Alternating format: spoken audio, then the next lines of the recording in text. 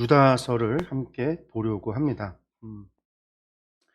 유다서가 일반 서신 가운데 있는 마지막 책이거든요. 저희가 이제 신약성서 27권 가운데 26번째 있는 책이 유다서예요.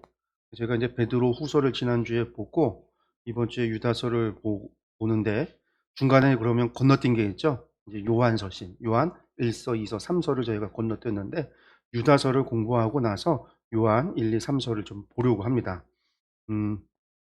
보시면 예. 좀 작아서 잘 안 보이시지만 일반 서신이라는 게 대부분이 야고보서만 일찍 쓰여졌어요. 49년, 46년에서 49년 사이에 야고보서가 쓰여졌고 나머지는 전부 다 사도행전 이후에 기록이 되어진 책들이죠. 60년부터 시작해서 90년 말까지, 90년경까지 기록되어진 것들이 일반 서신들이, 그래서 이제 저희들이 사도행전을 공부할 때는 바울 서신과 같이 그 순서를 저희들이 좀 살폈다라고 한다면 일반 서신은 그러지 않았지만 일반 서신의 순서가 대부분 히브리서, 베드로, 전후서 같은 경우는 예루살렘이 멸망하기 이전에 기록이 되는 책들이에요. 그 편지들인 거죠. 그래서 이제 베드로, 전후서, 베드로가 살아있을 때 히브리서에는 아직 성전이 멸망당하지 않아서 성전에서 제사 드리는 유대교가 아직 존재하고 있었을 때, 성전 제2종교가 존재하고 있을 때 이야기였다고 한다면 유다서, 요한 1, 2, 3서, 뭐 뒤에 이제 요한계시록도 마찬가지지만 이것들은 예루살렘이 무너지고 나서에 기록된 것들입니다. 그러니까 70년에 예루살렘이 멸망당하고 73년에 마사다가 이제 자살하면서 그 마사다 항쟁이 끝나고 나면 유대교라고 하는 거는 더 이상 로마 제국 안에서 힘을 못 쓰는 상태가 돼요. 그러니까 뭐 성전이 무너졌으니까 일단 제2종교가 멈추게 된 거죠. 제사를 못 지내게 됐고 그 안에 있었던 모든 성전에 있었던 예루살렘에 있던 그 모든 이제 재화는요, 보물들은 전부 다 로마로 그냥 다 반출돼서 로마로 가져가요. 로마로 가져가고 예루살렘은 완전히 무너졌고 유대인들에 대한 박해가 엄청나게 심했어요. 로마가. 그래서 유대인들이 더 이상 힘을 못 쓰는 시대가 돼버린 때가 예루살렘 멸망 이후예요. 그러면 교회 안에도요, 어떤 문제가 발생을 하냐면 그때부터는요, 유대인들에 의해서 이루어지는 박해는 없죠. 유대인이 힘을 못 쓰니까. 유대인이 힘이 있을 때나 교회를 박해한 거지, 유대인이 힘이 없을 때는 교회는요, 유대인의 박해를 신경 쓸 필요가 없어요. 그런데 로마인들의 시각에서는요, 기독교인들이나 유대인들이나 똑같아 보인단 말이에요. 그러면 기독교인들이 살아남기 위해서는 어떻게 해야 될까요? 유대교와 철저히 분리되어야 돼요. 유대교하고 분리돼야 돼요.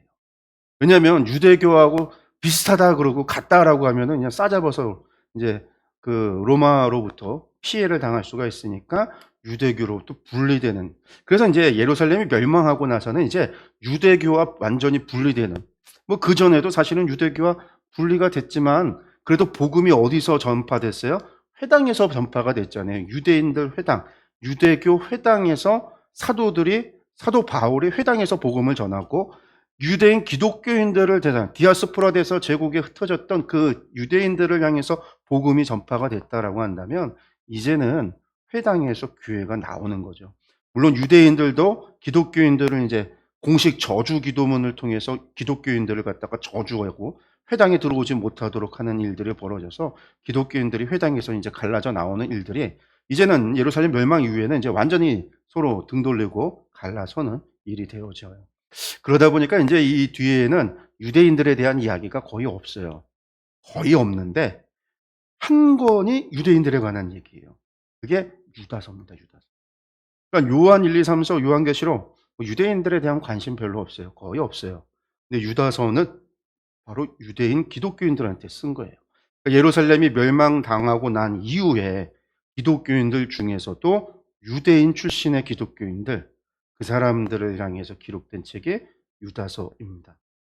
그래서 이제 70년 이후에, 그리고 이제 아마 유다서 이후, 그리고 이제 1세기 넘어가면은요, 교회 안에 유대인들은 이제 거의 사라져버려요.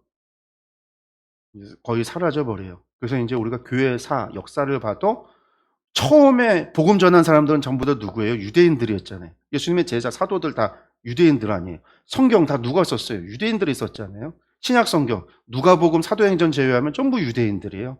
근데 교회 역사에서 유대인들이 이제 사라져 버리는 일이 벌어지죠. 이방인의 교회가 된단 말이에요. 이제 그런 일들이 예루살렘 멸망 이후부터 이제 나오기 시작을 하는 거예요.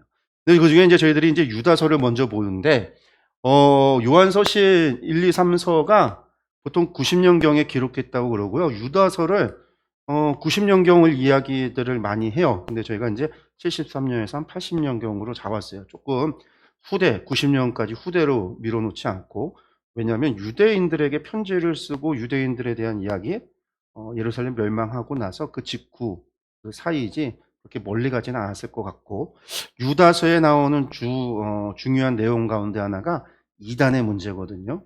근데 유다서에서 나오는 이단은 베드로 후서에서도 이단의 문제가 있었잖아요. 베드로 후서의 이단, 유다서의 이단의 문제, 요한서신에도 이단의 문제, 요한계시록에도 이단의 문제. 이건 계속 나와요. 그러니까 교회 외부적으로는 박해, 로마에 대한 박해가 이제 심화되어져 가는 과정이고, 교회 내부적으로는 이단의 문제가 이제 막 올라오기 시작을 하는데, 이 유다서의 이단은 베드로 후서와 요한서신 사이 정도 되는 것 같아요. 그래서 이제 저희가 요한서신 보기 전에 유다서를 좀 먼저 보려고 합니다. 일반 서신 개요 뭐 보시면은요, 유다서가 이제 베드로후서 다음에 유다서가 유치를 하죠. 밖의 상황으로 본다면 뭐 로마의 지방 관리, 지도층, 뭐 지도층들에 대한 박해 아마 이 시기에도 계속 있었을 겁니다. 그런데 이제 중요한 거는 수신자가 누구냐면 유대 기독교인들이다. 기록자는 누구냐 그러면 주의 동생, 예수님의 동생이었던 유다였다라고 우리가 전통적으로 이야기를 합니다. 그리고 이제 넘어가서 좀 보면은요, 일반 서신 개관할 때 제가 말씀드렸지만, 여기 보세요.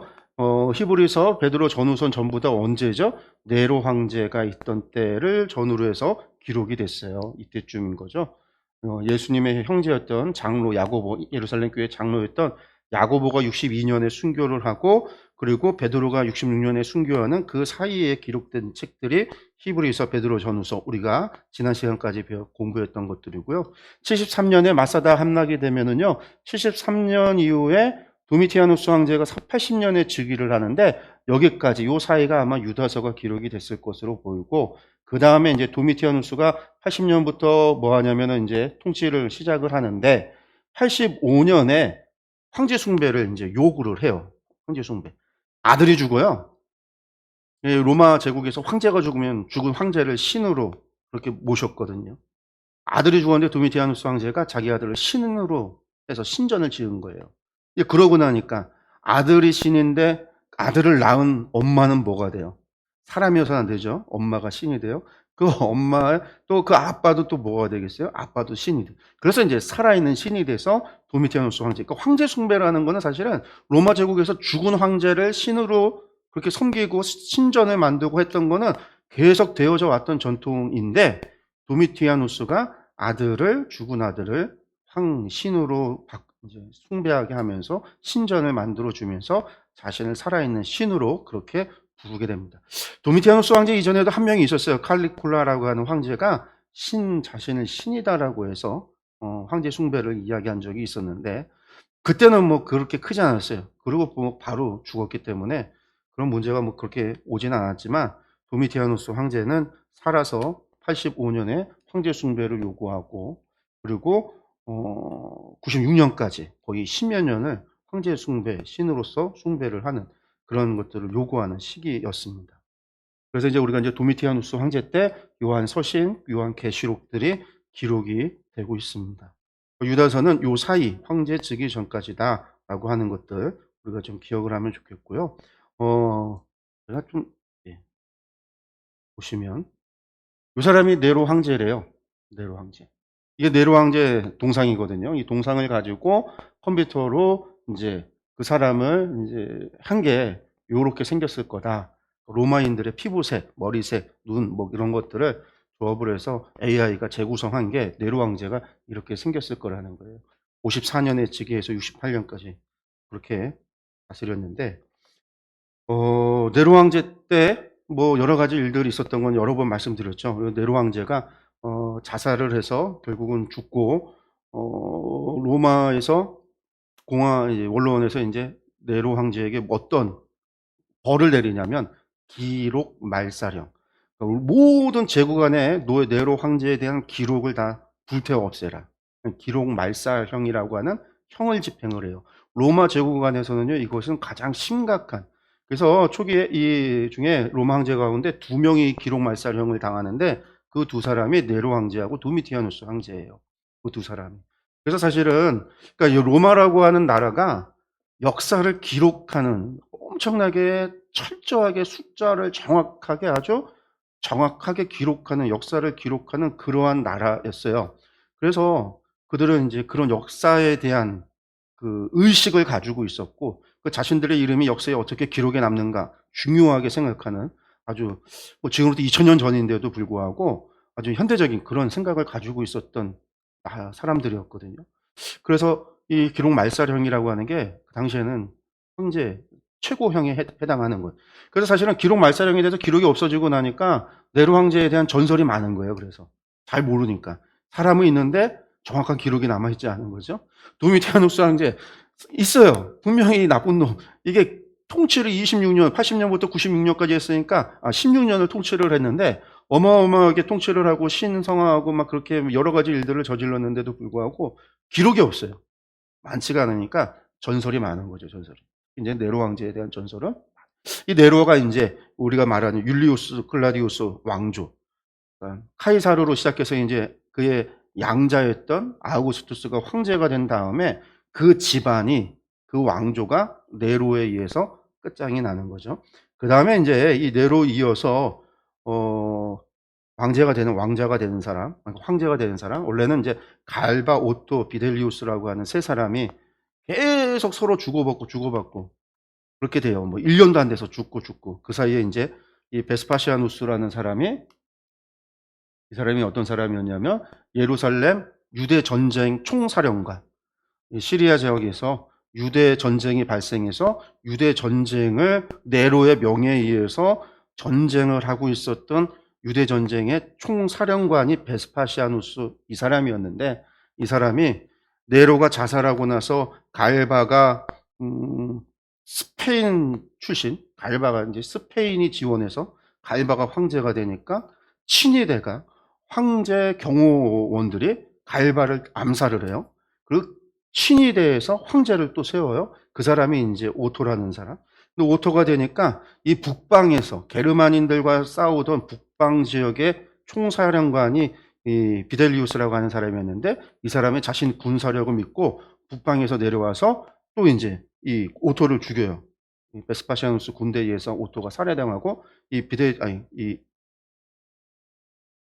이 비델리우스에게 패배해서 오토가 죽고 비델리우스가 황제가 되는 거예요. 로마에서 가까웠으니까 먼저 간 거죠. 그러니까 이제 베스파시아누스가 로마에서 멀었으니까 나중에 이 베스파시아누스가 이 시리아 전쟁에 있었던 군인들을 동원해서 당시에 유대 전쟁에 로마 군사력의 대부분이 몰빵돼 있었거든요. 그러니까 군사가 가장 많이 갖고 있었어요.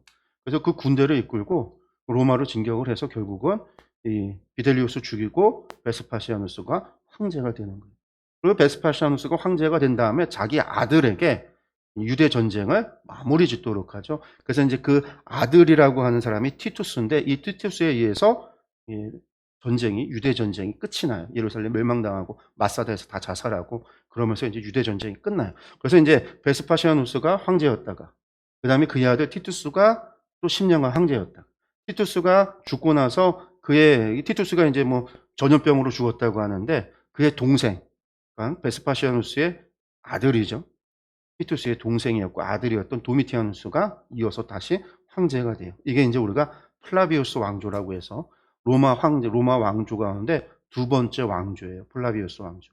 이 플라비우스 왕조가 중요한 건 예루살렘을 멸망시켰다라는 거. 그리고 이 베스파시아누스가 누구를 키우냐면은요. 유대인 요세푸스를 키워요. 유대인 요세푸스가 유대인들 입장에서는 나라 팔아먹은 사람이에요. 나라 팔아먹고 원래는 갈릴리 총사령관이었는데 유대 전쟁에서 갈릴리 지역에서 로마 제국을 막아서 싸우는 장군이었어요. 요세푸스라는 사람이. 근데 전쟁에서 질 것 같거든요. 이 유대인들은요 전쟁에 지면은요 다 자살했어요. 마사다만 자살한 게 아니라, 그래서 갈릴리에서 남아있던 사람들이 자살하자, 그래서 자살을 하는데, 유대인들 자살은 어떻게 하냐면요, 자기가 자기를 죽이면 안 돼요. 율법에 이거는 안 되니까. 그래서 제비 뽑아서 서로가 서로를 죽이는 거예요. 이렇게 한 사람 다. 그럼 이제 맨 마지막에 몇 명 남냐면 두 사람 남잖아요. 그럼 두 사람이 서로 마주보고 서로 찔러서 죽어야 돼요. 근데 그 마지막에 요세푸스가 사람 다 죽이고 난 다음에 둘이 남았는데, 요세푸스가 야 살자 이렇게 된 거예요. 자살하지 말자. 내가 전날에 꿈을 꿨는데 하나님께서 나에게 환상을 보여줬다. 그래서 항복을 하고 이제 로마군으로 가는 거죠. 그래서 이제 유대인들에게 이 요세푸스라는 사람이 죽일 놈이 된 거죠. 그리고 이제 도미티아누스 황제가, 아니 도미티아누스가 아니라 이 요세푸스가 환상에, 꿈에 하나님께서 베스파시아누스가 황제가 될 거라는 환상을 보여줬다.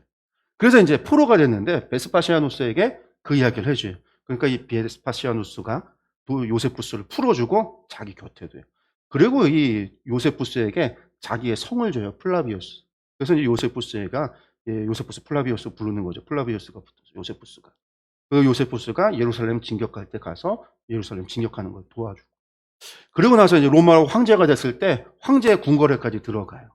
그리고 이제 그 사람이 거기서 베스파시아누스를 위해서 책을 쓰게 돼요. 그때 이제 책을 쓰면서 그가 유대의 역사를 기록을 하죠. 그게 이제 요세푸스라고 하는 책이에요. 고대사. 유대의 고대사. 창조로부터 시작해서 요세푸스가 살고 있었던 1세기 때까지의 역사가 통사죠. 그 역사가 기록이 되어 있는 책을 기록하는데, 그 책이 로마의 도서관에 안치되어졌고 그게 남겨져서 지금까지. 그래서 고대사를 연구하는 역사에서 가장 중요한 사람, 그 사람이 요세푸스예요. 성경은, 당시에 기록된 성경은 남아있질 않아요. 다 사본으로 그래갖고 후대. 근데 그 당시에 기록되어 있는 요세푸스의 책은 남겨져 있는 거예요. 그래서 이제 요세푸스가 너무나도 중요한, 이 베스파시아누스 황제 때 일입니다. 왜냐면 이 사람이 도미티아누스 황제래요. 잘생겼죠. 근데 황제 자신이 신이다라고 해갖고서는 황제 숭배를 강요하고 93년부터는 공포정치에서 수많은 정적들을 죽여버리고 기독교인들을 박해해서 순교시키는 사람이 바로 이 사람입니다. 도미티아누스 황제. 그리고 이제 도미티아누스 황제 죽고 나면은요, 이 사람이 죽고 난 다음에 우리가 이제 로마 제국의 오현제 시대라고 해서 5명의 현명한 황제들, 그래서 팍스 로마나라고 불리우는 오현제 시대가 언제냐면 도미티아누스가 죽고 난 다음부터예요. 그 다음부터 나오는 네르바, 트리아누스 뭐 그래갖고 나중에 이제 아우렐리우스, 마르쿠스 아우렐리우스라는 황제까지, 그 오현제 시대가 로마 제국의 전성기인 거죠. 그러니까 도미티아누스 황제가 죽은 다음에. 그렇지만 기독교 교회로 생각한다면 도미티아누스 때부터 시작해서 이루어졌던 박해는요, 오현제 기간에 가장 심했어요. 로마 제국은 가장 평화 팍스인지는 모르지만 기독교인들은 가장 많은 박해를 받아서 저 땅속으로 들어가야만 됐고 수많은 사람이 이제 순교당해서 죽는. 그래서 이제 계시록을 보면 박해가 이제부터 10번, 열왕이 온다라는 이야기가 나와요. 10번이. 그래서 그 10번의 박해가 어느 때부터냐, 네로 때부터냐, 도미티아누스 황제부터냐, 그래서 나중에 국교가 세워지는 그때까지, 콘스탄티제에 의해서 국교로 되어지는 그때까지 어떤 사람들을 얘기하는 거냐, 이런 해석이 이제 나오게 되는 거죠.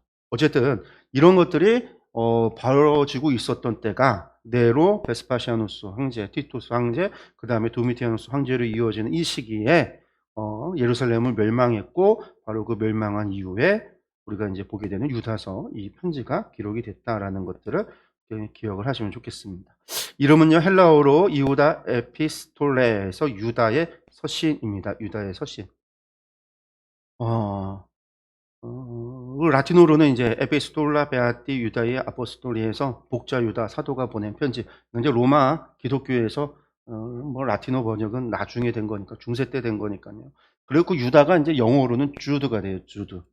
주드라는 이름이 유다라는 이름이다. 기록자는요, 우리가 이제 야고보의 형제 유다서 1장 1절에 보면 야고보의 형제 유다라고 되어져 있어요. 도대체 그 야고보는 누구냐? 그 예수님의 동생 야고보, 장모 야고보를 이야기하고, 이 유다는 예수님의 동생일 거다, 이렇게 이야기를 하죠. 왜냐하면 누가 또 야고보가 또 누가 있어요? 요한의 형제 야고보도 있잖아요. 예, 요한의 형제 야고보는 이미 순교했잖아요. 아그리파 왕이 때 순교당했으니까 40년대에 46년인가 그때쯤에 순교를 당했으니까 아니고 장로 야고보는 62년에 순교당했고 그 뒤에 유다이지 않을까라는 생각을 하고 있습니다. 유다가 이제 신약성경에 보면은요 3명 등장을 해요. 유다. 예수님의 동생 유다가 있고요. 이게 이제 전통적인 유다서 기록자로 보는 겁니다. 그리고 또 누가 있냐면 예수님과 동르고 동락했던 제자 유다가 있죠. 사도 유다가 있습니다. 사도 유다가 또 있어요. 그리고 예루살렘 총회의 결정을 안디옥에 전해주러 파송된 유다가 있어요. 유다 바사바에서 사도 바울과 함께 안디옥으로 갔던 유다라는 사람이 또 나와요. 유다 바사바라는 유다가 또 있습니다. 그래서 유다가 여러 명이 나오는데 아마도 이 유대인 기독교인들에게 편지를 썼던 사람은 유다가 아닐까. 왜 그렇게 생각을 하냐. 또 예수님의 형제였던 야고보가 예루살렘 교회 지도자였잖아요. 유다에서 이스라엘에서는요 가족의 형제가 행하던 일을 동생이 그 집안의 형제들이 이어서 그 일을 계속해서 계승해 나아가는 거는 이상한 일이 아니에요. 그냥 전통적으로 혹은 뭐 역사적으로 그런 일들이 많았어요. 우리가 중간사 볼 때 마카비 혁명이 하고 나서 하스몬 왕조를 이야기했는데 마카비 혁명이 다른 게 아니잖아요. 유다 마카비라는 넷째로부터 시작 그 앞장서서 지도자가 됐지만 그가 죽고 나서는 그의 형제들이 계속 이어서 하게 돼요. 나중에 이제 둘째였던 시몬이 하스몬 왕조의 시작을 알리는 황제 왕이 되죠. 뭐 스스로 왕이라고 하진 않았어도 왕이 시몬으로부터 시작이 되는데 그의 형제들이 혁명을 이어서 결국 하스몬 왕조가 되어지듯이 예수님이 돌아가신 다음에 베드로가 예루살렘 교회 지도자가 아니었단 말이에요. 사도행전을 보면 누가 지도자였어요? 장로 야고보. 야고보가 지도자가 된 이유는 한 가지밖에 없어요. 예수님의 형제였기 때문에. 예수님께서 생전에 하시던 일들이 그의 형제들에 의해서 처음에는 예수님을 믿지 않았지만 우리가 바울 사도의 편지를 보니까 고린도 전서를 보면 15장에 부활하신 예수님께서 형제 야고보를 만났다라고 이야기하잖아요. 부활하신 이후에. 그래서 우리가 그 형제들이 부활 이후에 예수님을 믿게 됐고 그러고 난 다음에 이상하게 사도행전에는 다른 이야기는 없고 갑자기 장로 야고보가 예루살렘 교회 지도자가 되어져서 베드로조차도 야고보의 이야기를 듣고 명령을 받아서 사마리아에 복음이 전해지는 것을 확인하러 가기도 하고 그런 일들이 베드로도 야고보의 말을 듣는단 말이에요. 그 사마리아 일을 갖다가 야고보에게 보고하는 일도 벌어지죠. 나중에 바울 사도가 1차 전도 끝나고 와서 안디옥에 왔을 때 문제가 발생해서 어디로 가요? 예루살렘에 올라가서 회의를 여는데 회의의 수장이 누구였어요? 야고보가 수장이었어요. 모든 결정의 최종 판결을 누가 내렸어요? 야고보가 했어요.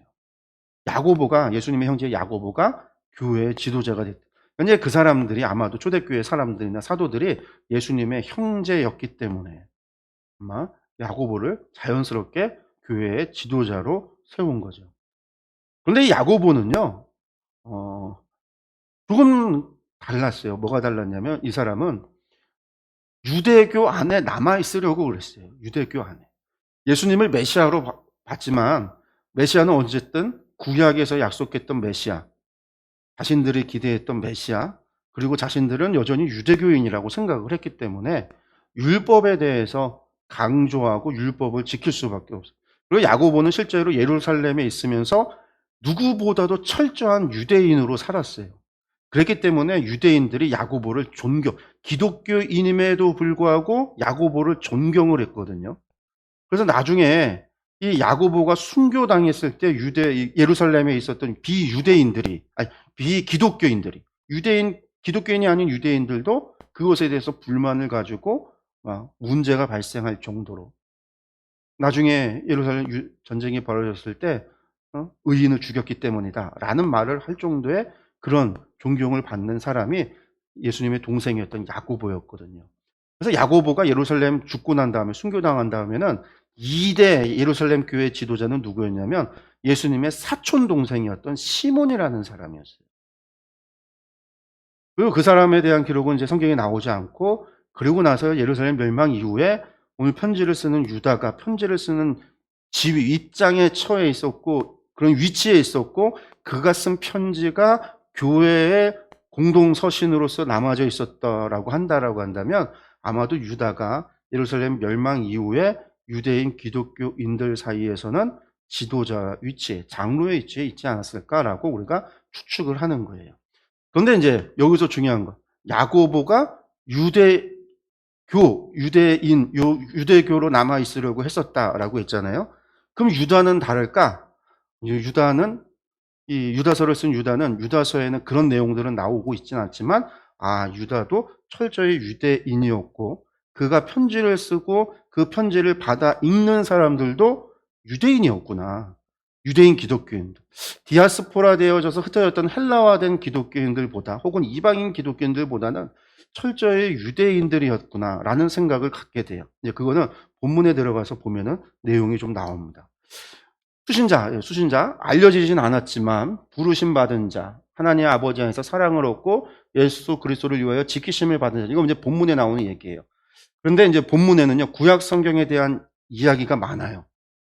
특별히 뭐에 대한 이야기가 나오냐면 이스라엘 위경에 대한, 구약의 위경에 대한 이야기들이 나와요. 예를 들어서 설명하는데 예로 드는 두 가지가 전부 다 구약 위경에 나오는 거예요. 근데 구약 위경은요, 유대인들만 아는 거예요. 유대인들만. 그 내용들을 아는 거는. 그래서 그것을 봤을 때는 지금 이것을 편지를 받고 있는 사람들은 이 사람들은 유대인들이다. 아마도 예루살렘 멸망 이후에 흩어져서 도망갔던 유대인들.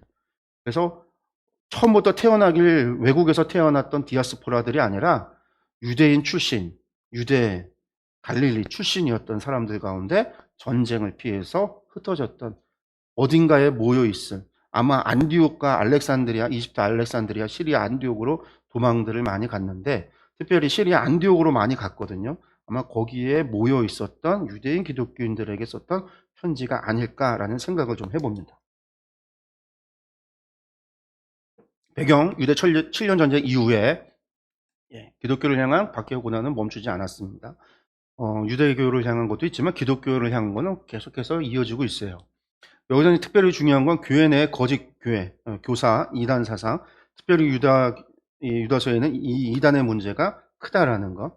그리고 또 영지주의자들, 뭐 영지주의자들이라고 하는데 사실은 이 상식까지는 뭐 영지주의자들이 아니라 그리스의 사상, 플라톤, 뭐 우리가 아리스토텔레스 이야기하는 그리스 철학과 그리스 사상이 교회 안에도 들어와요. 왜냐하면 헬라어를 이야기해야 되기 때문에 성경도 헬라어로 기록되고 성경도 헬라어로 구약이 번역이 되고 말도 헬라어로 이야기해야 되는 상황에서 헬라어가 단어가 바뀌고 언어가 바뀌었다라는 것은 이미 헬라어로 사용되어지는 많은 말들에 대해서 설명이 필요하게 돼요. 우리가 이제 헬라어로 하나님을 데오스라고 하는데 데오스가 왜 하나님이 될 수 있느냐? 우리는 구약에서는 엘로힘이라고 했고 여호와라고도 했고 혹은 엘로힘이나 여호와라는 이름을 말할 수 없으니까 주님이라는 말, 아도나이 주님이라고도 말을 했고 그걸 갖다 퀴리오스라고도 이제 번역을 해서 사용하는데 그 주님은 그러니까 이런 헬라어로 번역됐을 때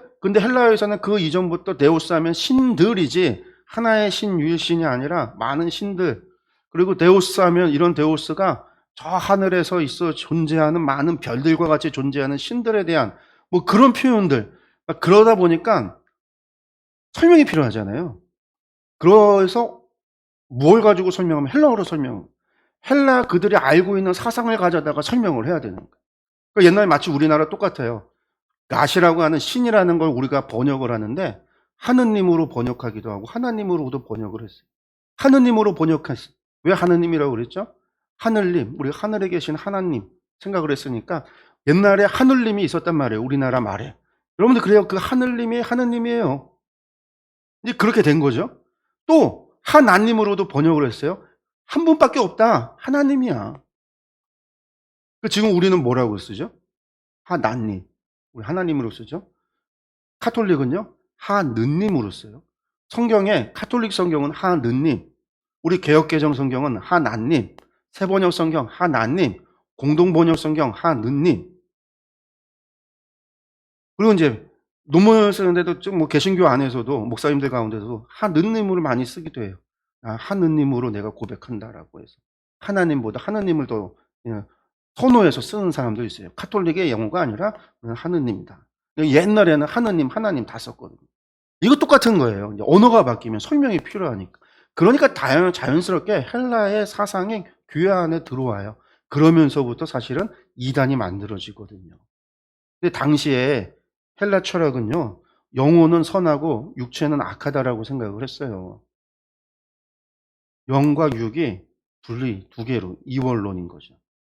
그래서 우리가 다 죽으면 우리 영혼이 하나님에게로 돌아간다라고 생각을 한 거예요. 헬라 사람들은. 그래서 예수님의 죽음도 그렇게 이해를 했어요. 그렇게 이해하는 그들에게 아니다. 예수님 부활하셨다. 부활을 믿지 않는 거죠. 유대인들은. 아니, 헬라인들은. 다시 영혼이 육체 안에 왜 돌아와? 어떻게 그게 부활이 왜 있어? 우리가 다시 하나님에게로 돌아가면 끝이고, 그게 더 좋은 건데, 육체는 아프고 고통스럽고 막 안 좋잖아요. 육체에 있을 이유가 왜 있어? 이제 그런 것들이 교회 안에 들어오는 거예요. 그러면서 성육신을 부인하는 사람들이 있어요. 신이 육체를 입는다? 이건 말이 안 돼. 성육신을 부인해요. 부활을 부인해요. 주님 다시 오는 재림을 부인해요. 그럼 뭐만 남아요? 윤리만 남는 거죠. 교회 안에. 그런 일들이 벌어지는 거예요. 윤리적으로 극단적인 금욕주의, 스토아파, 뭐 이런 것들이 들어와서 금욕주의 혹은 쾌락주의, 막 이런 것들이 들어와서 교회 안에 문제를 발생하기 시작하는 게 이게 이제 1세기 말부터예요. 말부터. 이게 말부터 시작이 돼서 2세기 넘어가야 이제 우리가 말하는 기독교 영지주의라는 게 2세기부터 시작을 해서 4세기까지 교회 안에 엄청나게 많이 발생을 하는 거예요. 만유교라는 것. 이 영지주의라는 게. 이제 그 영지주의 문제가 해결이 되고 끝나는 거는 4세기에 어거스틴이라는 교부가 등장을 하면서 이단 영지주의 문제가 어느 정도 해결이 되고 끝나게 되는 거죠.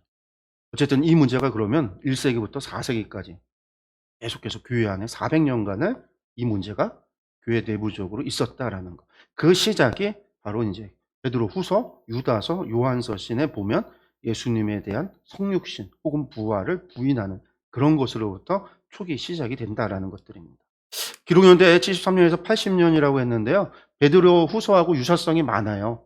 이단의 문제나 내용의 유사성이. 그래서 아마도 뭐 베드로 후서가 유다서를 베꼈다 알았다는 아닌 것 같고 유다서가 베드로 후서를 알고 있었다라고 생각을 하고 있습니다. 그래서 보면 베드로서 2장부터 3장 4절까지가 유다서의 주제, 그리고 역사적인 예증을 위해서 도입하는 방법, 혹은 문체 이런 것들이 전부 다 공통점이 있었다라고 이야기를 하고, 뭐 그래서 이야기를 이제 여기 나와 있듯이 베드로가 유다서를 복사했다는 의견도 있고, 서로 독립된 거다. 유다서가 베드로를 인용했다. 이렇게 이제 주장하는 이야기들이 뭐 많이 있었는데 베드로 후서가 훨씬 전이고 유다서가 후다라는 겁니다. 그래서 이제 보면 이 교회 내 거짓 교사들의 가르침, 경고 이런 것들에 대한 것들이랑 그 내용이 베드로후서보다 유다서에서 훨씬 더 발달이 되어져 있어요. 그러니까 역사적인 발달이 있었기 때문에 후대다라고 하는 것을 우리가 알 수 있습니다. 내용 보겠습니다. 유다서 1장밖에 안 되고요. 25절밖에 안 돼요. 그래서 되게 짧은 책이에요. 신약 성서에 보면 요한 3서, 요한 2서가 아주 짧아요.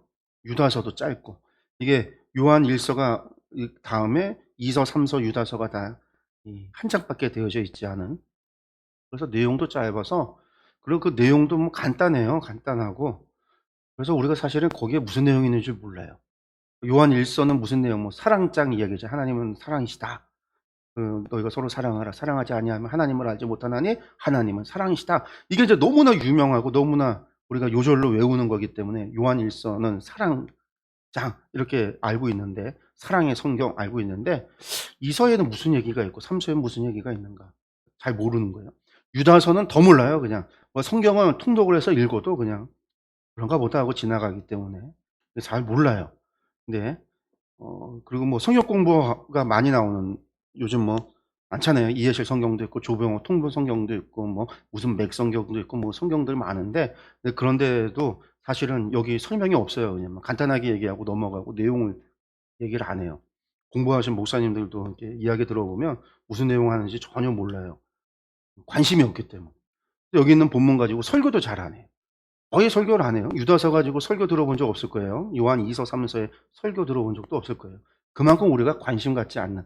그런데 유다서가요, 중요한, 여기에는 좀 중요한 이야기가 또 있어요. 그리고 그렇게 중요하지 않고 읽을 필요도 없으면 하나님께서 굳이 정경에 유다서를 들어오게 하실 이유도 없죠. 하나님께서 우리에게 성경으로 유다서를. 왜냐하면 유다서 말고도 신약에는 너무나 많은 성경이 많아요. 얼마나 많은 성경들이 있는지 몰라요. 근데 그 중에서 왜 유다서를 굳이 정경으로 넣어서 우리가 읽어야 되는 책으로 두어졌습니까? 이제 그 부분을 우리가 놓치지 말고 내용을 오늘 이제 보면서 확실히 그 내용을 좀 저희가 알아갔으면 좋겠습니다. 1장에서 1장 이제 25절까지밖에 없는데 뭐 인사 편지니까요. 처음에 인사, 마지막에 축도, 그리고 이제 중간에 이야기가 본론이겠죠. 그 본론의 이야기가 전부 다 거짓 교사예요. 거짓 교사. 그러니까 이단의 문제예요. 교회 안에 있는 거짓 교사에 대한 이야기. 유다서의 거짓 교사에 대한 이야기가 나오는데 설명, 그리고 이것으로부터 믿음을 지켜라 라는 이야기가 유다서의 내용이다. 그래서 그 내용을 보면 인사, 믿음의 도를 위해서 힘써 싸워라, 이게 인사고, 그 다음에 과거, 이 거짓 교사들에 대한 과거의 심판이 있었고, 그 심판이 거짓 교사들을 향해서 예비되어졌다라는 거예요. 이런 심판이요. 현재 거짓 교사들, 우리 가운데 침투에 들어와 있는, 우리 주변에 와 있는 거짓 교사들은 어떤 사람들이냐, 이거에 대해서 설명하고 있어요. 그러고 난 다음에 그들에게서부터 우리의 믿음을 지킬 것을 권면하는 거죠. 그리고 주님이 우리를 보호하실 거라는 축도로 끝납니다. 아주 간단합니다. 저희 한번 들어가겠습니다. 믿음의 도를 위해서 힘써 싸우라 1절에서 4절까지인데요. 1, 2절은요 인사고요. 그 다음에 이제 3, 4절이 싸우라라는 이야기예요. 인사 말씀 먼저 보면은 예수 그리스도의 종이요 야고보의 동생인 유다가, 그래서 스스로 종이라고, 그래서 야고보의 동생 이렇게 써 있으니까 유다가 정말 예수님의 동생일까 아닐까? 이거에 이제 아니다라고 하는 주장하는 사람이 나올 수 있는 거죠. 내가 여기서 예수님의 동생인 유다가 이랬으면 참 좋잖아요. 근데 이제 야고보의 동생 유다가 해서 유다가 예수님의 동생일까 아닐까? 그런 이제 기록자 문제가 나오는데, 이게 전통적으로 유다는 예수님의 동생이었다. 야고보 동생이다. 그래서 부르심을 받은 사람들, 수신자들, 하나님 아버지께서 사랑하시고 예수 그리스도께서 지켜주시는 이들, 그들에게 편지를 씁니다. 그리스도인들에게 편지를 쓰는 겁니다. 부르심 받은 사람들, 지켜주시는 사람들에게 편지를 쓴다라는 거고요. 그 다음에 그들에게 이제 인사하면서 이야기하는 거예요.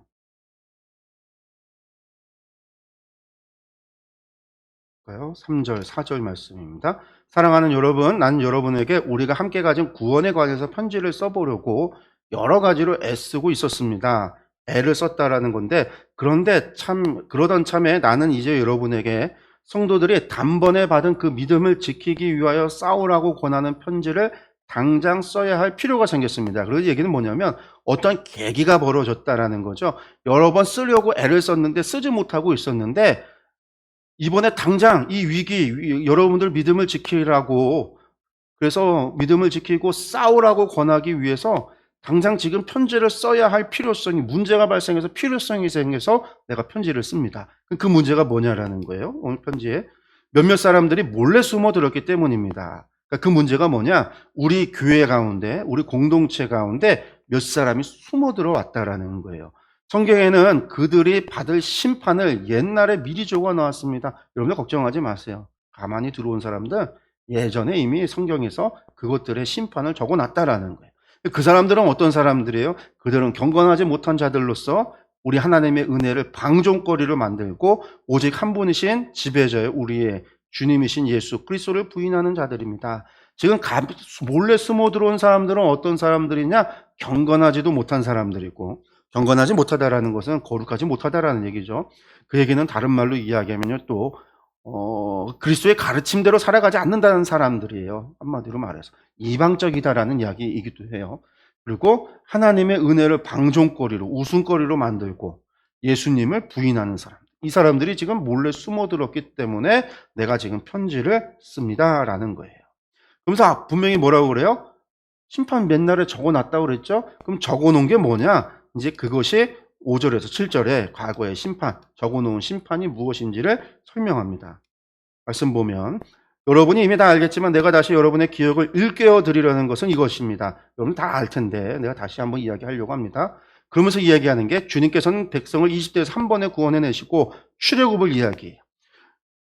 여러분들 이것을 다 기억하고 아는 사람들은 누굴까요?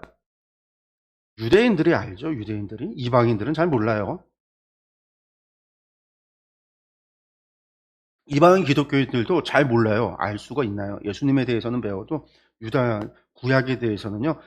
처음부터 구약을 막 공부하고 그런 게 아니거든요. 성경도 없고. 유대인 기독교인들이 알잖아요. 그러니까 이 지금 사람들이 누구다? 유대인 기독교인들이었구나. 예루살렘 멸망 이후에 예루살렘을 떠나갔던, 전쟁을 피해서 흩어졌던, 도망갔던 그 유대인 출신의 기독교인, 유대인 기독교인들이구나 알죠. 그래서 그 다음에는 어떤 심판이 있어요? 믿지 않는 자들을 멸하셨습니다. 그래요. 예수님 믿지 않는 자들 광야에서 하나님께서 그들을 멸하셨죠. 한 명도 여호수아와 갈렙을 제하며 한 명도 약속의 땅에 못 들어가고 광야에서 다 죽었단 말이에요. 그것에 대해서 5절에 이야기합니다. 6절에 또 말하면서 뭐라고 얘기해요? 그는 자기들의 통치 영역에 머물지 않고 그 거처를 떠난 천사들을 그 큰 날의 심판에 붙이시려고 영원한 사슬로 메어서 어둠에 가두어 두셨습니다. 그는 하니까 이건 이제 심판하시는 분이잖아요. 그러니까 하나님께서 주님께서는 여기서 주님께서는 한 번에 구원해 내셨습니다. 멸하셨습니다. 여기서 말하는 주님은 누굴까요? 하나님이라는 거죠. 하나님. 하나님이 하신 거잖아요. 그리고 그 하나님께서는요, 그분께서는요, 자기들의 통치형에 머물지 않고 그 거처를 떠났던 천사들을 어떻게 했다? 심판에 붙이시려고, 큰 날에 심판에 붙이려고 영원한 사슬로 메어서 어둠에 가뒀다라는 거예요. 이 천사들, 이 이야기가 뭐냐? 여기 한번 볼까요? 이사야서 14장에 나온 이야기인데요. 12절에서 15절 말씀. 한번 같이 읽을까요? 네, 같이 읽겠습니다. 웬일이냐? 너 아침의 아들 새벽별아, 내가 하늘에서 떨어지다니. 민족들을 짓밟아 맥도 못 추게 하던 내가 통나무처럼 찍혀서 땅바닥에 나뒹굴다니. 내가 평소에 늘 장담하더니 내가 가장 높은 하늘에 올라가겠다. 하나님의 별들보다 더 높은 곳에 나의 보좌를 두고 저 멀리 북쪽 끝에 사는 산 위에 신들이 모여있는 그 산 위에 자리 잡고 앉겠다. 내가 저 구름 위에 올라가서 가장 높으신 분과 같아지겠다 하더니 그렇게 말하던 내가 스올로 땅 밑 구덩이에서도 맨 밑바닥으로 떨어졌구나. 이거는 사실은 여기 이게 안 넘겼거든요. 이거는 이사야서 예언의 이 새벽별아 이거 이제 바벨론 왕에 대한 그 심판이다 이렇게 이야기들을 하는데 이게 또 다르게 뭘 얘기하냐면요. 이 하늘의 별이 당시 우상이었어요. 우상들, 신들이었단 말이에요. 신들을 다 신. 그리고 또 유대 안에서는 그걸 천사라고 봤어요. 별들을 천사로. 그래서 새벽별이라는 게 우리가 계명성, 옛날엔 계명성이라고 했는데 이 계명성이 뭐 루시퍼다라고 이야기를 해요. 그래서 어떻게 했어요? 가장 높은 곳에 올라가겠다. 더 높은 곳에 올라가겠다. 그래서 산 위에 신들이 보이는 그 산 위에 자리 잡겠다. 그랬단 말이에요. 그렇게. 그래서 가장 구름 위에 저 구름 위에 올라가서 가장 높으신 분과 같아지겠다 했지만 떨어져서 스올에 내려서 거기서도 가장 맨 밑바닥에 떨어졌다라고 이야기하는 게 이사야 14장의 얘기예요. 지금 말씀 다시 한번 보면은요, 뭐라고 얘기했어요? 그 거처를 떠나 자기들 영역, 자기 위치를 떠나서 더 높은 곳으로 올라가려고 했던 천사가 어떻게 했어요? 떠난 천사들을 하나님께서 그 큰 심판에 붙이시려고 영원한 사슬에 메어서 저 스올의 저 맨 밑바닥으로 갔다고 했죠. 어둠에 가뒀다라는 거예요. 어둠에. 이게 계시록에 다시 한번 나옵니다. 요한계시록 20장 1절 3절 말씀이 같이 읽겠습니다. 나는 또 한 천사가 아비소스의 열쇠와 큰 사슬을 손에 들고 하늘에서 내려오는 것을 보았습니다. 그는 그 용 곧 악마요 사탄인 그 옛뱀을 붙잡아 결박하여 아비소스에 던지고 닫은 다음에 그 위에 봉인을 하여 1000년 동안 가두어 두고 1000년이 끝날 때까지는 민족들을 미혹하지 못하게 하였습니다. 사단은 그 뒤에 잠시 동안 풀려 나오게 되어 있습니다. 아비소스 하니까 뭐 이게 헬라어를 그대로 바꾼 거예요. 옛날에 이제 중국어 번역을 하던 분들이 아비소스가 구렁텅이, 아까 얘기했죠. 스올의 저 구덩이의 맨 밑바닥 하니까 중국어로다가 한자로 번역을 할 때 무저갱이라고 번역을 한 거예요. 무저갱. 무저갱이 뭐죠? 끝이 없는 굴이에요. 무저갱이. 없을 무자에 이게 끝, 아래, 끝이라는 건데 끝이 없다라는 거예요. 끝없는 밑이 없는 구멍. 그게 이제 무저갱 이렇게 번역을 한 거예요. 그래서 이제 우리가 성경 번역하시는 분들이 중국어 성경 봤을 때 한자 무저갱 써 있는 걸 가지고 와서 무저갱이라고 한 건데 원래 이름은 아비소스라고 하는 겁니다. 아비소스. 그곳에 던지고 떴다. 이게 중요한 게 뭐가 왜 중요하냐면요. 이게 중요한 이유가 뭐냐면 요한계시록 20장 1절에서 3절에 이야기하는 천년왕국 얘기할 때, 천년왕국을 이야기할 때 사단이 이 19장에 이제 백마탄자의 심판 이야기가 나오고 나서 20장에 햇뱀을 잡아 결박해서 어떻게 해요? 아비소스에 던져서 1000년 동안 봉한다. 그 다음에 1000년 끝날 때에 잠시 풀려난다고 그러잖아요. 그래서 이제 이것을 전부 다가 어떻게 사람들이 전천년을 이야기하는 사람들이 어떻게 얘기하죠? 예수님 재림하셨을 때 사탄 잡아서 집어넣고 그러고 나서 그때부터 천년 왕국이 우리가 천년 동안 왕노릇하리라 4절 이하에 천년 동안 왕노릇하리라는 말이 나와서 그 얘기를 해요. 그리고 난 다음에 다시 풀려나서 다시 한번 그 사단이 옥과 마곡의 전쟁을 준비하고 반란을 꾀할 때 그것에 동조한 사람들이 또 생겨나고 그것을 심판하러 오신다. 그리고 나서 백보자 심판이 진짜 심판이 그때 이후에 온다. 사람들이 그렇게 해석을 하는 사람들이 있죠. 그 해석을 하는 사람들이 이제 그거예요. 이제 저기 이단들이 그러면서 이단들 말고도 이제 이렇게 이해하는 사람들도 좀 있어요. 왜? 계시록만 읽으면 그렇게 읽으니까. 근데 이제 유다서가 중요한 이유가 여기에 있는 거예요. 왜? 유다서에서 뭐라고 나왔어요? 뭐라고 나왔어요? 유다서에서 분명하게 이야기했잖아요. 이거 과거에 이루어진 일들이죠. 앞으로 일어날 일이 아니에요. 하나님께서 과거에 이미 준비하셔서 이미 이루신 일들이라고 표현하고 있잖아요. 그래서 이제 이집트 얘기했죠. 출애굽 얘기했어요. 그 다음에 천사 가뒀다 얘기했어요. 그리고 이제 7절에서 다시 한번 뭐 얘기해요? 소돔과 고모라 이야기했잖아요. 소돔과 고모라. 여기 7절 보시면은요. 소돔과 고모라 그 주위의 성도들도 그들과 마찬가지로 음란한에 빠져서 딴 육자를 쫓아왔기 때문에 영원한 불의 형벌을 받아 사람들에게 본보기가 되었습니다. 예, 7절에서. 그래서 5절, 6절, 7절이 다 과거에 이미 하나님께서 심판하셨다, 예언하셨던 말씀, 아까 4절에서 얘기했던 대로 이미 하나님께서 그렇게 예비하시고 다 그 심판하셨다라고 했던 거, 그것에 대한 이야기가 5절, 6절, 7절에 나오는 말씀이에요. 그러니까 이걸 보면, 계시록에서 20장에서 하고 있는 이야기가 주님 오셔서 될 일이 아니라 이미 이루어졌던 일을 다시금 이야기하시는 거구나. 그리고 주님 오셨을 때 바로 심판이 있어지는구나 라고 하는 걸 알죠. 성경을 그러니까 하나만 봐서는 몰라요.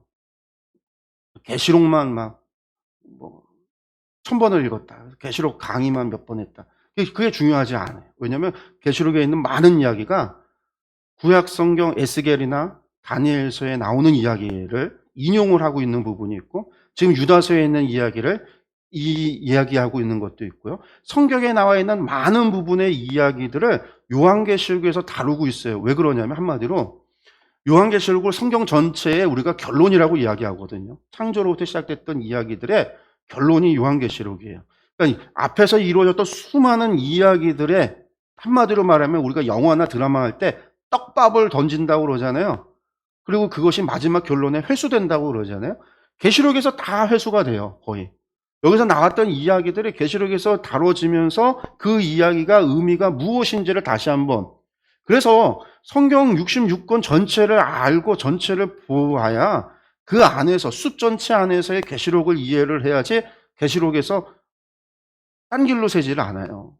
근데 딴 건 안 보고 계시록만 보면 딴 데로 가는 거예요. 이걸 모르잖아요.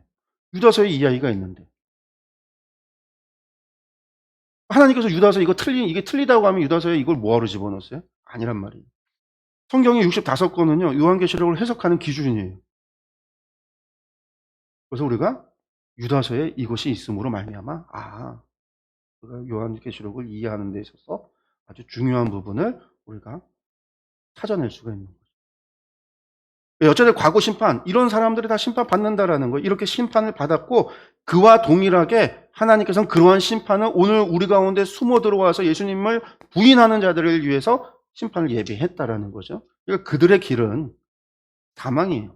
그들을 따라가면 사망으로 간다라는 거예요. 그들은 지금 어떤 모습으로 우리 가운데 있는가? 현재 거짓 교사들의 모습입니다. 8절부터 16절까지인데 마찬가지로 이 사람들도 라는 얘기는요. 7절까지 나왔던 5절, 6절, 7절에 나왔던 사람들이 하나님 앞에 멸망당한 이유는 5절에 시작할 때 뭐라고 했어요? 믿지 않는 사람들이라고 그랬죠. 7절에 소돔과 고모라 하면서 뭐라고 했어요? 그 사람들은요. 음탕을 했고 악을 행했죠. 6절에 나왔던 그 천사는 왜 하나님 앞에 그렇게 저기 무적행에 처박히게 된 거예요? 그 사람들, 그 천사들이 자기 위치를 떠나서 높은 곳에 올라가려고 욕심을 부렸잖아요. 마찬가지로 지금 우리 가운데 들어온 사람들도요, 꿈꾸고 있어요. 어떤 꿈을? 높은 권세를 차지할 것. 허황된 꿈을 꾸고 있는, 욕심을 부리고 있는 그 꿈들. 그러면서 이 사람들은요, 육체를 더럽혀요. 아까 경건하지 않다고 그랬잖아요. 이방인을 닮았다고 그랬죠. 육체를 더럽히고 권위를 업신여기고 영광스러운 존재들을 모독하고 있습니다. 그러면서 9절에 천사장 미가엘은 모세의 시체를 놓고 악마와 다투면서 논쟁할 때에 차마 모욕적인 말로 단죄하지 못하고 주님께서 너를 꾸짖으시기를 바란다. 이렇게만 말하였습니다.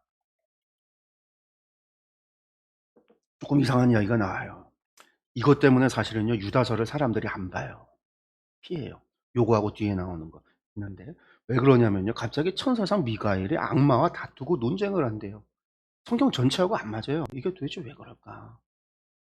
왜 갑자기 생뚱맞게 천사장 미가엘이 나오고 악마랑 막 천사와 악마가 싸우고 다투고, 이거 마치 신화 같잖아요. 그것도 모세의 시체를 놓고 그랬다라는 거예요. 여러분들 이제 요 이야기가 어디 나오는 거냐면요, 이게 위경, 구약의 위경, 가짜 경전이에요. 위경이라는 얘기는. 그러니까 정경이 있고 외경이 있고 위경이 있어요.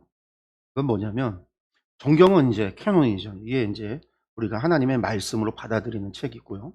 외경이 있어요. 외경이라고 하는 것들은 구약 성경에 들어오지 못했던, 그렇지만 유대인들이 경전으로, 그러니까 유대인들이 구약 성경 정경을 만들 때 히브리어, 자신들 그 언어였던 히브리어로 기록된 사본이 남아 있을 때 그 남아 있는 책들을 정경으로 삼았어요. 히브리어 사본이 없다라는 거는 헬라어 사본은 있는데, 헬라어 성경은 있는데 헬라어 성경에 뭐가 히브리어로 번역이 됐기 때문에 번역된 것들 가운데는 오류가 있을 수 있다 해서, 그리고 또 이 번역이 된 성경이 70인역 성경이었는데, 당시 70인역 성경인데 이게 기독교인들이 자신들의 경전으로 삼았어요. 그러니까 유대인들이 기독교인들과 자신들은 다르다라고 해서 구분하기 위해서 우리는 70인역 헬라어 성경 안 보겠다. 우리는 히브리어 성경을 우리 정경으로 삼겠다. 그래서 이제 우리가 보고 있는 구약 성경 39권이 정경이 되는 거예요.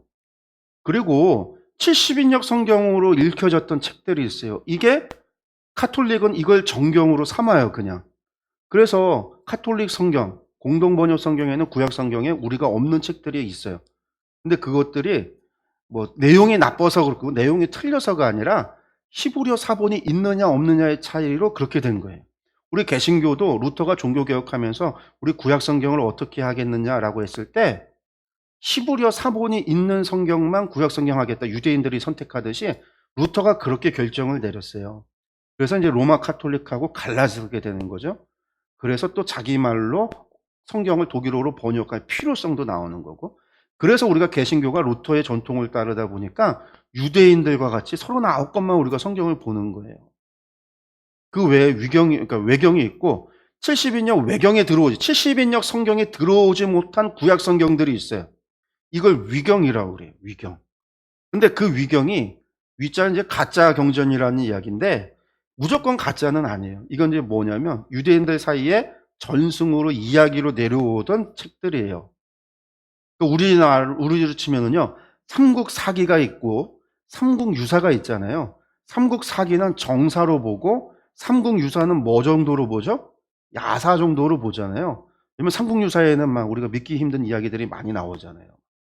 뭐 박 겪어서 알로 태어났다라고 그러고 막 그런 이야기들이 이제 그런 것처럼 막 그런 게 이제 우리가 삼국유사에 나오는 이야기처럼 위경이 좀 위경이라는 이야기에 위경에는 그렇게 그들이 옛날부터 조상 때로부터 구전돼서 내려오던 이야기들에 막 이 좀 첨가가 돼서 조금 이제 막 신화처럼 그렇게 바뀌어진 게 좀 위경이에요. 그래서 그 위경에는요, 읽으면 맞는 이야기도 있고 이건 너무 부풀려지고 과장된 이야기도 있고 이게 인제 위경에 그런 게 있어요. 그러니까 우리가 잘 모르는 사람들은 위경을 보면 뭐가 옳고 뭐가 그른지 모르는 거죠. 그중에서도 맞는 말이 있는데 맞는 말이 뭔지 찾아내기가 힘들고 그래서 이제 위경을 볼 필요가 없지만 그런데 당시에 유다서가 기록되어지는 당시에 정경이 확정이 됐냐? 정경이 확정 안 됐어요. 구약성경 유대인들에 의해서 구약성경이 정경이 되는 게 90년이에요. 얌니아라는 회의를 통해서 유대인들이 정경을 확정을 해요. 기독교는요, 더 나중에 이제 이 정경이 확정이 되는데 어쨌든 정경이 되지 않았다라는 얘기는요, 정경 외에 다른 성경들도 당시에는 성경으로 읽었다라는 얘기잖아요. 이 구절의 요 이야기가 어디에 있냐면 위경에 있는 이야기예요. 그러니까 그들이 경전으로 회당에서 읽는 책은 아니었지만 구전으로 내려오고 또 그들의 책으로 남겨져 있었던 위경이라는 책 가운데 뭐가 있냐면 이게 이 모세의 승천기라고 하는 책이 있었어요. 모세의 승천기. 제목만 봐도 모세가 승천했다라고 그러니까 이거 좀 가짜 냄새가 좀 나죠. 우리 모세는 좀 보다가 죽었다고 얘기하잖아요. 우리가 느보산에 올라서 비스가산 꼭대기에서 모세가 죽었다라고 이야기하는데 모세의 승천기 제목부터 이제 가짜 냄새가 나요. 근데 이 책에 보면 이 이야기가 있어요. 그러면 왜 이 유다는요? 왜 이 이야기를 꺼낼까? 지금 당시에는 캐논, 정경이 없었기 때문에 이 이야기, 위경에 있는 이야기를 가져다가 지금 예로 드는 건데 예를 들어서 가지고 와서 이야기하는데 아무 문제가 없고 또 하나, 즉 이 편지를 받아서 읽는 유대인들은요. 이 이야기도 다 알아요. 옛날 다 들어서 구전으로 들어서 다 아는 이야기예요. 그럼 여기 이야기의 핵심은 뭐냐면 천사장과 모세가 논쟁하고 그게 중요한 게 아니에요. 여기서 이야기는 뭐냐면 야 천사도 악마와 다투면서 악마한테도 차마 모욕적인 말로 단죄하지 못하고 욕하지 않고 그저 주님께서 너를 꾸짖으시기 바란다. 천사가 악마한테도 그러는데 지금 여기 위에 있는 놈들, 교회 안에 몰래 들어온 놈들, 이 악한 이단들, 이 사람들은 어떻게 하냐면요. 욕한단 말이에요. 악한 소리를 한다라는 거예요. 야, 천사도 악마에게 심한 얘기 안 해. 믿는 사람은 다른 사람에게 형제가 형제에게 욕하고 쌍소리하고 나쁜 소리 한다? 이건 잘못된 거야. 지금 그 얘기를 하는 거예요. 요 이야기가. 9절에. 근데 이제 사람들은 요 이야기가 그것 때문에 유다서 안 봐요. 좀 보수적인 목회자들. 이거 봐서는 안 된다. 아니, 그러니까 예로 든 거예요. 당시에는 캐논이 없었으니까. 전경이 아니니까. 옛날 이야기 하듯이 가져다가 다 아는 우리가 다 아는 이야기 유대인들 지금 공들 다 아는 이야기 가져다가 이야기하면서 야 천사가 악마한테도 야 논쟁할 때 야 겨우 한 얘기가 주님께서 너를 꾸짖으시기 바란다 이게 다였어. 그런데 어떻게 상욕을 할 수가 있니? 지금 그 얘기예요. 그런데 여기 말하죠. 10절에 이 사람들은 무엇이든지 자기들이 깨닫지 못하는 것을 욕합니다. 욕한다. 아까 주님을 부인한다고 그랬죠? 주님의 성신 부인한다는 거예요. 아까 위에서 무슨 얘기했어요? 영광스러운 존재를 모독했죠? 자신들이 이해 못하면요, 그걸 모독했다는 거예요. 그들은 이성이 없는 짐승들처럼 본능으로 아는 것 바로 그 일로 멸망합니다. 그 일로 때문에 멸망합니다. 그들에게 화가 있습니다. 그들은 가인의 길을 걸었으며 삭슬 바라서 발람의 그릇된 길에 빠졌으며 고라의 반역을 따르다가 망했습니다. 그렇죠. 가인은요 질투했어요. 발람은요 돈 때문에 욕망이 사로잡혀서 그릇된 길로 갔어요. 고라는요 권력을 탐했어요. 모세의 권력을 탐했단 말이에요. 결국 그러다가 망했단 말이에요. 이런 사람들을 두고 아담의 7대선 에녹은 이렇게 예언했습니다. 보아라 주님께서 수만 명이나 되는 거룩한 천사들을 거느리고 오셨으니 이것은 모든 사람을 심판하시고 모든 불경한 자들이 저지른 온갖 불경한 행실과 또 불경건한 죄인들이 주님을 거슬러서 말한 모든 거친 말을 들추어서 그들을 단죄하시려는 것이다. 이게 두 번째. 에녹이 아담의 7대선 에녹이 이렇게 예언했다. 이게 도대체 무슨 얘기야? 성경에 없는 얘기인데. 맞아요. 성경에 없는 얘기입니다. 이게 위경, 이것도 위경이에요. 에녹 일서라고 해서 에녹이 선지자라는 거예요. 그래서 에녹이 이렇게 예언했다에는 에녹의 위경, 에녹 일서라고는, 왜 에녹의 예언서가 있었어요. 위경이. 거기에는요 최후 심판에 대한 예언도 있어요. 주님의 재림에 대한, 하나님의 임재에 대한 이야기가 나와요. 계시록에 나오는 이야기 가운데 또 어떤 부분들은요 에녹서에서도 나와요. 에녹이 이미 아담의 7대 손이 거기 때 벌써 예언했다라는 거예요. 이것도 그들이 다 아는 이야기예요. 아는 이야기를 지금 가져다가 하는 거예요. 근데 에녹은요 뭐 선지자였다라고도 이야기를 해요. 많은 사람들이 또. 왜 그러죠? 에녹이 하나님과 함께했다고 했잖아요. 하나님과 함께했다, 동행했다. 그러다 이제 죽음을 보지 않고 승천했다라고 이야기하는데, 중요한 거는 에녹이 낳은 아들 가운데 성경에 이름이 기록된 사람이 무드셀라잖아요. 969년 가장 오래 산 사람 무드셀라란 말이에요. 이 무드셀라라는 이름이요 창을 던진다라는 뜻도 있지만요, 이가 죽으면 심판이 온다라는 뜻이 있어요. 이름의 뜻이 두 가지가 내려오고 전승이 내려오는데, 이 사람이 죽으면 심판이 온다. 이게 이제 에녹이 무드셀라 이름을 지으면서 예언한 거라고 이야기하는 사람들이 있다는 말이에요. 그래서 실제로 무드셀라가 죽던 해에 홍수 심판이 일었단 말이에요. 그리고 무드셀라의 아들이 라멕이에요. 라멕이 노아를 낳잖아요. 라멕이 노아를 낳고 나서 예언을 한 게 있어요. 무슨 예언이 있죠? 뭐라고 얘기하냐면, 여호와께서 땅을 저주하심으로 수롭게 일하는 우리를 이 아들이 아니할 거다라는 라멕의 예언이 있어요. 그래서 이제 에녹도 예언자, 라멕도 예언자, 노아도 예언자, 무드셀라도 예언자, 이렇게 이야기하는 사람들이 있는 거죠. 홍수 심판 전에 홍수 심판에 대한 예언을 했다. 이제 그 가문이 에녹부터 시작해서 노아 때까지 홍수 심판을 예언했다. 이제 그렇게 이야기하기도 하는데, 어쨌든 그거는 이제 추측을 해서 그렇게 이야기를 하는 거고, 어쨌든 이거는 에녹 일서에 나오는 이야기입니다. 그래서 이제 이게 모세의 승천기, 에녹 일서, 이거 다 위경인데 왜 위경을 유다서가 가지고 와서 이야기하냐. 그래서 유다서 이거는 이거 정경에 들어와서는 안 되는 책 같아. 우리가 거짓말하는 걸 갖다가 인용하고 있으면 마치 이게 진짜인 것 같잖아. 이렇게 이제 생각할 수 있는. 이것도 지금 이야기하는 거는요, 에녹이 이 이야기를 한 거는, 이것을 가져다가 이야기하고 있는 거는 당시에 정경이 확정되지 않았고 유대인들이 다 아는, 지금 이 사람들은 계시록이 없을 때예요. 계시록이 없을 때라는 거예요. 계시록이 이스라엘 사람들한테 그들에게 있었던 성경 가운데 예레미야서 이미 이루어졌어요. 에스겔서 이루어졌어요. 아직 안 이루어진 부분이 일부가 있지만, 이사야서 다 이루어지고 뒤에 아직 안 이루어진 새하늘과 새 땅에 대한 회복에 대한 예언이 남아 있어요. 메시아 예언이 좀 남아 있고, 다니엘서 후반부에 나오는 예언이 남아 있는 것들이 몇 가지가 있어요. 그렇지만 최후 종말에 대한 예언이 성경들에는 나와 있지 않아요. 구약 성경 그들이 가지고 있는. 근데 그들이 가지고 있는 위경에는 이런 종말에 대한 이야기들이 많이 있었어요. 이게 또 언제 기록이 되냐면 로마 시대 1세기경에 수없이 많이 나와요. 수없이 많은 위경들이 나오는 거예요. 수없이 많은 이 마지막 심판에 대한 예언들이 나와요. 에녹서도 그런 것들 가운데 하나.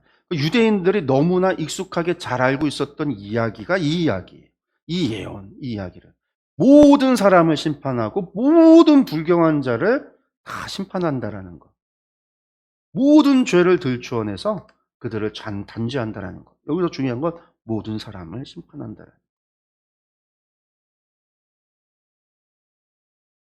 그래서 이제 그래서 이제 요 시대 때 나오는 위경들의 이야기는요, 하나님이 막 이제 천사들을 거느리고, 막 여기도 이제 수만 명이나 되는 천사 거느린다고 하는데, 그런 천사를 거느리고 이르시는 심판의 이야기들이 막 나와요. 그게 이제 당시에 유대인들이 바라봤던 하나님의 심판, 공의의 실현이었어요. 로마 제국을 뒤엎고 자신들을 해방시키고 이 땅에 참된 예루살렘을 회복시키고, 무너졌잖아요. 다시 회복시키시고, 정말 다윗의 후손인 메시아가 와서 하나님의 나라를 이룰 거에 대한 소망을 가지고 이러한 예언이 많은 예언들이 나왔는데, 그 예언들의 이미지가 이런 이미지였어요. 계시록에서도 보면 그런 이미지들이 나오죠. 당시 사람들이 로마 제국에서의 구원을 소망했던. 그런 것들이 이제 반영되어져 나오는 것들이죠. 그런 것들에 대한 하나님의 응답인 거예요, 응답. 예. 그리고 나서 16절에 또 이들은 불만에 쌓여서 불평을 늘어놓는 사람들이고 자기들의 욕심대로 사는 사람들입니다. 그들은 입으로 허풍을 떨다가도 이익을 챙기기 위해서는 남에게 아첨도 합니다. 여러분들 이런 사람이었다라는 거예요, 거짓 교사들이. 그러니까 그런 사람들에게서부터 우리의 믿음을 지켜라. 여러분들의 믿음을 지키십시오라고 권면하고 있습니다. 말씀 보면은요. 사랑하는 여러분, 여러분은 우리 주 예수 그리스도의 사도들이 예고한 그 말을 기억하십시오. 사도들이 전했던 것을 기억하십시오. 그들은 여러분에게 말하기를 마지막 때에는 여러분을 조롱하는 자들이 나타나서 자기들의 경건하지 못한 욕정을 따라 살 것입니다. 라고 했습니다. 그러니 이 사람들은 자신들의 행위가 옳고 니들 바보같이 산다라는 거예요. 그런 거죠. 이제 막 쾌락주의자 같은 경우는 인생을 즐겨라. 니들 뭐 하는 거냐. 그렇게 나오는 거. 그런 사람들도 있다라는 거죠. 이 사람들은요, 분열을 일으키는 자들이고 성령을 받지 않고 본능대로 사는 자들입니다. 그래요. 분열을 일으키는 사람들. 성령 받지 않고 본능대로 사는 사람들. 그러나 사랑하는 여러분, 여러분은 가장 거룩한 여러분의 믿음을 터로 삼아서 자기를 건축하고 성령으로 기도하십시오. 하나님의 사랑 안에 머무르면서 자기를 지키고 영생으로 인도하는 우리 주 예수 그리스도의 자비를 기다리십시오. 표침이 이거죠. 우리가 여러분들에게 전했던, 사도들이 전했던 그 복음대로, 가르침대로 믿음을 지키시고 그 믿음 위에서 성령님께 기도하고 의지하십시오. 하나님의 사랑 안에서 머물고, 여러분들 사랑 안에 머문다라는 것은 무슨 얘기일까요? 사랑 안에 머문다는 거는요, 우리가 사랑 안에 머무는 거는 그냥 내가 그 안에서 하나님이 우리를 보살펴 주는 건 내가 만끽하고 살아가는 게 아니라요. 하나님 안에 머문다라는 건 우리가 그 사랑대로 살아간다라는 거예요. 그러니까 분열을 일으키고 욕을 하고 모독하고 사람들을 헐뜯고 그게 아니라 천사가 악마에게도 그렇게 얘기했듯이 우리가 사랑으로 섬기고 하나 돼서 그게 머문다라는 거예요. 그러면서 자기를 지키고 영생으로 인도하는 우리 그리스도 예수의 자비를 기다리십시오. 하나님께서 우리를 도우실, 인도하실 그 자비를 기다리십시오. 라고 이야기하고 있습니다. 의심하는 사람들을 동정하십시오. 불쌍히 여기십시오. 긍휼히 여기십시오. 라는 거죠. 또 어떤 무리의 사람들에 대해서는 그들을 불에서 끌어내어 구원해 주십시오. 죽어가는 곳에 있다면 불에서 끌어내듯이 불에 있는 사람을 구원하듯이 구원해 주십시오. 또 어떤 무리의 사람들에 대해서는 그들을 두려운 마음으로 동정하되 그 살에 닿아서 더럽혀진 속옷까지도 미워하십시오. 부정한 사람, 악한 사람, 죄를 짓는 사람들을 바라볼 때는요, 그들의 영혼은 동정하되 그들과 접하여 살이 닿아서 그 살에 닿아서 부정해진 것까지도 다 미워하는, 죄를 미워하라는 얘기예요, 이거는요. 그 사람을 미워하는 게 아니라 동정하되, 이 얘기는 한마디로 그 사람의 영혼은 불쌍히 여기고 동정하되 그의 죄, 그가 접하여 부정해 된 것까지도 전부 다 미워. 그 얘기는요, 미워하면요, 가까이 하지 않죠? 접근하지 않아요? 동조하지 않아요? 죄는요, 접촉해서 오니까. 부정한 건 접촉을 통해서 오니까. 구별하라는 거예요. 구별하라. 그렇지만 그 영혼은 불쌍히 여겨줘라. 마지막에 이제 그러고 나서 너희를 보호하사 24절 25절에 이제 마지막 축도로서 이야기가 끝이 납니다. 여러분을 넘어지지 않게 지켜주시고 여러분을 흠이 없는 사람으로 자기의 영광 앞에 기쁘게 나서게 하실 능력을 가지신 분, 곧 우리의 구주이시며 오직 한 분이신 하나님께 영광과 위엄과 주권과 권세가 우리 주 예수 그리스도로 말미암아 영원 전에와 이제와 영원까지 있기를 빕니다. 축도죠. 이렇게 축도를 하면서 편지를 바쳐요. 편지가 아주 짧아요. 1장밖에 되지 않고 25절밖에 되어지지 않지만 여기에 나와 있는 이야기는 분명하다. 뭐가? 거짓 교사들, 우리 안에 몰래 들어온 사람들. 그 사람들이 어떤 사람들이다? 이단의 사람들이었다라는 거예요. 교회 안에 들어왔다라는 얘기는요, 우리도 예수님 믿어라고 들어온 거예요. 그런데 그들이 하는 얘기가 사도의 가르침을 부정하는 거죠. 예수 그리스도를 부정한다고 그랬어요. 사도의 가르침을 부정하는. 그 얘기는 뭐냐면 그들의 삶을 비판했다라는 거예요. 사도의 가르침대로 살아가는 사람들을 향해서 바보 같다고 손가락질하고 미련하다라고 이야기하고 심하면 욕까지 하면서 분탕을 짓고 자신들을 체력을 만들고 그런 일들이 벌어졌다라는 거예요. 그런 과정, 상황 속에서 유다는 펜을 들어서 편지를 쓰면서 그들의 심판은 정해져 있다. 그들은 과거에도 있었고 하나님께서는 그들을 심판했고 이들도 동일한 심판, 하나님의 심판을 받을 거다라는 거죠. 그 안에서 우리는 어떻게 행동해야 되는가?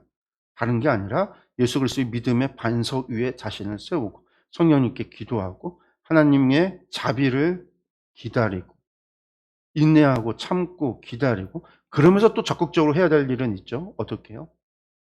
하나님의 사랑 안에 거해서 형제를 사랑할 수 있도록.